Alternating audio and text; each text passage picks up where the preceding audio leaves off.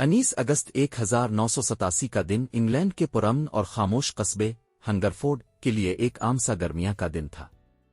लेकिन किसी ने भी नहीं सोचा था कि ये दिन तारीख के सबसे भयानक और हौलनाक बाब में बदल जाएगा। इसी दिन 27 साला नौजवान माइकल रायन, जो अपनी मां के साथ हंगरफोर्ड में रहता था, अचानक कानून न खरीदे गए असलहे से लैस होकर सड़कों पर निकल आया। चंद घंटों में वो 16 बेगुनाह इंसानों की जिंदगी छीन चुका था, जिनमें एक पुलिस अफसर और उसकी अपनी मां भी शामिल थीं। जख्मियों की तादाद अलग और पूरा बरतानिया एक अंधे खूनी खेल पर दम बखुद रह गया। माइकल रायन खामोश तन्हा रहने वाला और हथियारों का शौकीन शख्स था। इसके पास कानूनी तौर पर एक 9 मिलीमीटर बीरीटा पिस्तौल, नीम खुदकार राइफल और M1 कार्बाइन मौजूद थी। वो मकामी शूटिंग क्लब्स में मशक करता और उसने कुछ हथियार अपने साथियों को भी दिखाए थे, मगर किसी को ये अंदाजा न था कि वो अंदर ही अंदर किस गहरे अंधेरे में डूबता जा रहा है। इसी सुबह वो अपने घर से निकला और 7 मील दूर सावरनियक फॉरेस्ट जा पहुंचा। दोपहर 12:30 बजे 35 साला सोसन गॉडफ्री अपनी 2 छोटी औलादों के साथ जंगल में पिकनिक मना रही थी। सिया लिबास पहने, असलहा थामे रायन उनके पास आया। इसने बच्चों को गाड़ी में बिठाने के बाद सोसन को जंगल में गहराई तक ले जाकर 13 गोलियां मार दें। इसकी लाश वहीं छोड़ दी। चंद लम्हों बाद एक खातून ने बच्चों को पाया, जो कांपते हुए कह रहे थे, काले कपड़ों वाले आदमी ने हमारी मम्मा को मार दिया। इसके बाद रायन ने करीबी फ्राकिसफील्ड के पेट्रोल पंप का रुख किया, जहां इसने कैशियर पर गोली चलाने की कोशिश की, मगर हथियार जाम हो गया। फिर वो गाड़ी में बैठकर हंगरफोर्ड की जानिब रवाना हुआ, बेखबर के आगे वो किस कदर सफाकी मचाने वाला है। 12:30 बजे के करीब वो अपने घर पहुंचा। गवाहों ने इसे परेशान हाल देखा। कुछ ही लम्हों बाद घर के अंदर से गोलियों की आवाज आई। रायन ने अपने पालतू कुत्तों को मार डाला था। इसके बाद इसने गोलियों, फ्लैग जैकेट और पेट्रोल के डब्बे उठाए, घर में आग लगाई और बाहर निकल आया। अब वो एक मुकम्मल हथियार बंद कातिल बन चुका था। जैसे ही वो घर से निकला, इसने रास्ते में आने वालों पर अंधाधुंध फायरिंग शुरू कर दी। सबसे पहले इसने अपने हमसायों रोलैंड और शीला मैसन को कत्ल किया। एक 14 साला लड़की जो आवाज सुनकर बाहर निकली थी, इस पर गोलियां बरसाईं।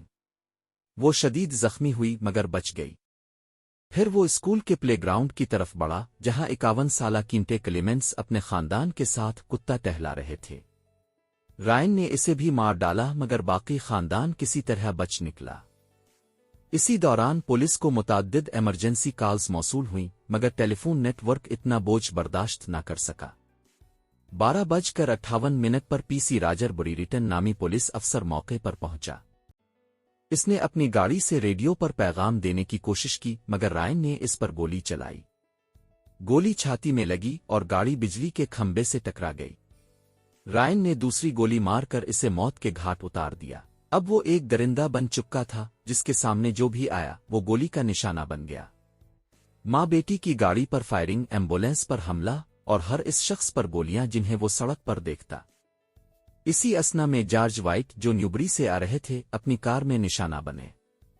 वो मौके पर जाँ बहक हो गए, जबकि उनके साथ बैठे अलिफर जैक्सन शदीद जख्मी हुए, मगर मुर्दा बनकर बच गए।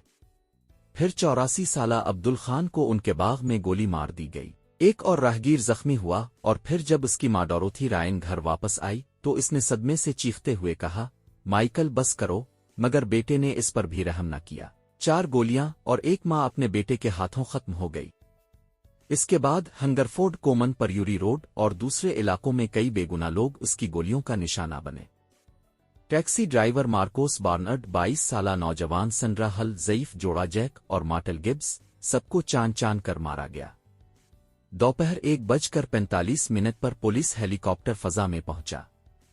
शहर को लॉकडाउन कर दिया गया, मगर माइकल रायन अभी भी आजाद था। आखिरकार वो उमजान ओ गाउंट स्कूल ओ में दाखिल हो गया, जो ततीलात के बाइस बंद था। पुलिस ने स्कूल को घेरे में ले लिया। शाम 4 बजे के करीब रायन ने पुलिस से बात की। इसने तस्लीम किया कि वो लोगों को मार चुका है और मां की मौत को गलती करार दिया। इसने कहा, हंगरफोर्ड तो अब तबाह हो चुका होगा। चंद घंटे बाद वो चिल्ला, मैंने सबको मार दिया, मगर खुद को मारने की हिम्मत नहीं। फिर शाम 6:52 पर स्कूल की इमारत से एक आखिरी गोली की आवाज आई। 2 घंटे बाद पुलिस ने एक कमरे का दरवाजा तोड़ा رائن نے خود کو کنپٹی پر گولی مار کر خودکشی کر لی تھی۔ ملک بھر میں سوگ کا عالم چھا گیا، جنازے اٹھے، تحقیقاتی کمیشن قائم ہوا، اور وزیر اعظم مارگریٹ تھیچر نے اگلے دن ہنگرفورڈ کا دورہ کیا۔ ایک رسمی رپورٹ میں بتایا گیا کہ پولیس نفری ناکافی تھی، فون لائنز مفلوج ہو گئیں، اور اسلحے کے لائسنس بغیر سخت چھان بین کے جاری کیے گئے۔ اسی سانحے کے نتیجے میں 1988 میں فائر آرمز ترمیمی ایکٹ منظور ہوا، جس کے تحت نیم خودکار رائفلز پر پابندی لگا دی گئی، اور ہزاروں افراد نے اپنی بندوقیں حکومت کے حوالے کر دیں۔ آج بھی ہنگرفورڈ قلعہ عام برطانیہ کی تاریخ کے بدترین ہتھیاروں کے سانحات میں سے ایک سمجھا جاتا ہے۔ 16 معصوم جانیں ختم ہو گئیں، درجنوں زندگیوں کا نقشہ بدل گیا، اور ایک پورے ملک نے خود سے سوال کیا، ایسا خونی دن ایک عام سے قصبے میں کیوں آیا؟